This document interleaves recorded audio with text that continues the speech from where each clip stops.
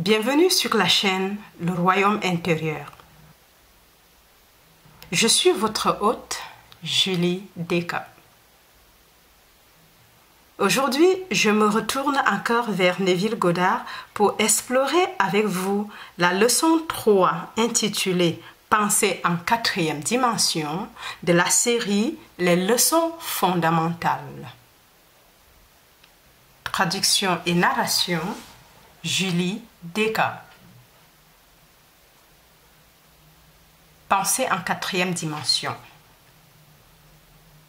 Chaque homme possède deux visions du monde, et les anciens conteurs d'histoire en étaient pleinement conscients.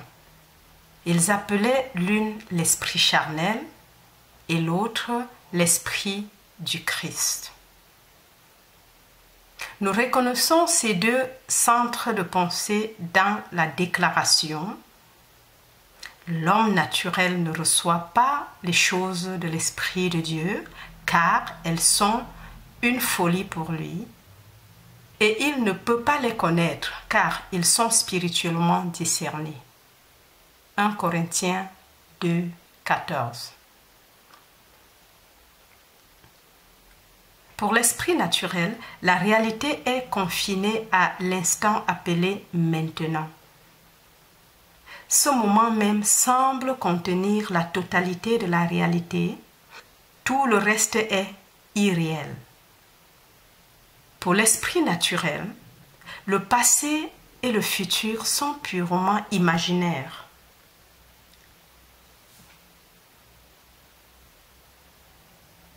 Pour l'esprit naturel, la réalité est confinée à l'instant appelé maintenant. Ce moment même semble contenir la totalité de la réalité. Tout le reste est irréel. Pour l'esprit naturel, le passé et le futur sont purement imaginaires. En d'autres termes, mon passé, lorsque j'utilise l'esprit naturel, n'est qu'une image de la mémoire des choses qui étaient. Et pour l'esprit charnel ou naturel, l'avenir n'existe pas. L'esprit naturel ne croit pas qu'il puisse revisiter le passé et le voir comme quelque chose de présent, quelque chose d'objectif et de concret en soi, et il ne croit pas non plus que l'avenir existe. Pour l'esprit du Christ, l'esprit spirituel, que nous appellerons dans notre langue le foyer de la quatrième dimension, le passé, le présent et l'avenir de l'esprit naturel forment un tout présent. Il englobe tout l'éventail des impressions sensorielles que l'homme a rencontrées, rencontre et rencontrera.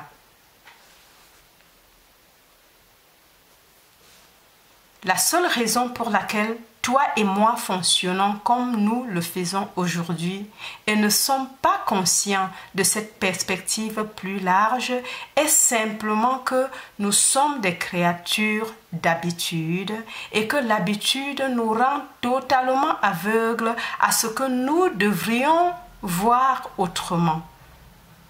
Mais l'habitude n'est pas la loi. Elle agit comme si elle était la force la plus contraignante du monde et pourtant, elle n'est pas la loi.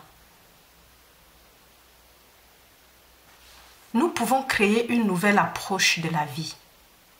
Si toi et moi passions chaque jour quelques minutes à retirer notre attention de la région de la sensation pour la concentrer sur un état invisible, et si nous restions fidèles à cette contemplation, à ce sentiment et à cette perception de la réalité d'un état invisible, nous prendrions conscience à temps de ce monde plus grand, de ce monde dimensionnellement plus large. L'état contemplé est maintenant une réalité concrète, déplacée dans le temps. Ce soir, alors que nous nous tournons vers notre Bible, tu es le juge de la situation dans laquelle tu te trouves dans ton développement actuel. Encore. Ce soir, alors que nous nous tournons vers notre Bible, tu es le juge de la situation dans laquelle tu te trouves dans ton développement actuel.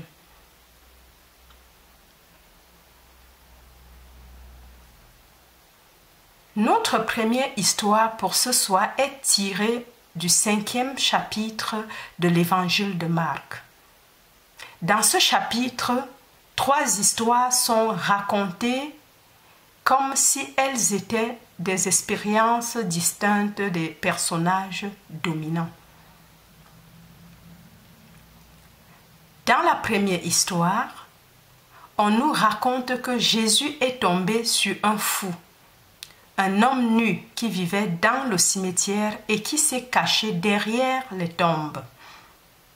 Cet homme a demandé à Jésus de ne pas chasser les démons qui l'accablaient. Mais Jésus lui dit, « Sors de cet homme, esprit impur. » Marc 5, 8.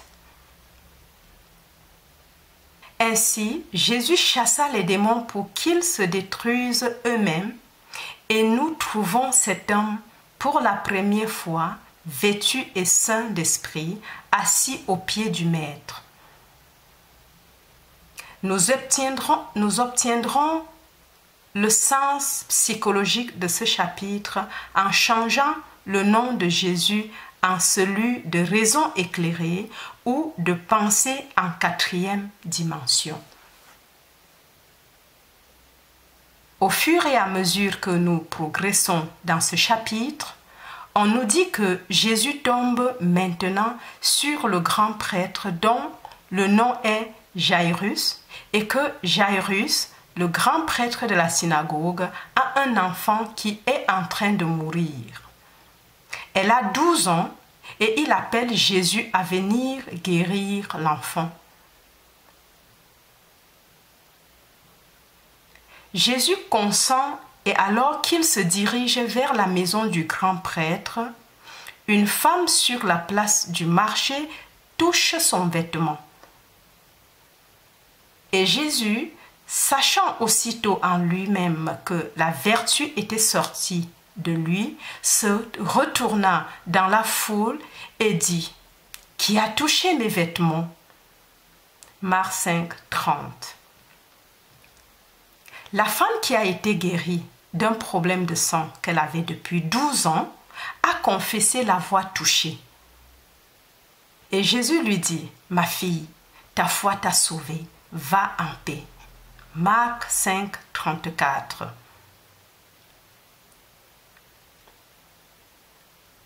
Alors qu'il se dirige vers la maison, le grand prêtre lui dit que l'enfant est mort et qu'il n'est pas nécessaire d'aller la ressusciter.